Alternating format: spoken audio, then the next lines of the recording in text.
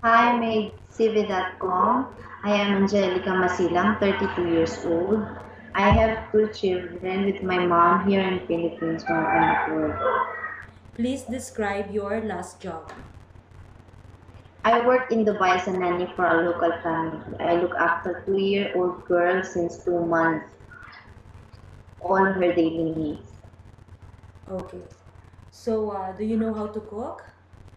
Yes, What kind of foods? Filipino foods. But can you follow instruction in cookbooks? Yeah, I'm willing to learn. Okay, you're willing to learn. Okay, as a nanny, which activities do you perform with kids?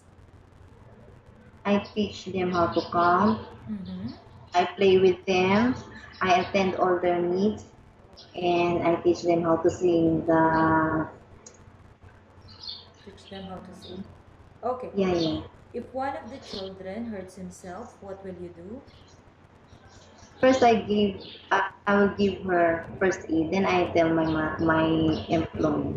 You will tell your employer immediately. Okay. Yes. Please keep your mobile phone on with you as families will contact you. Thank you very much for your time from ATV.com. Thank you.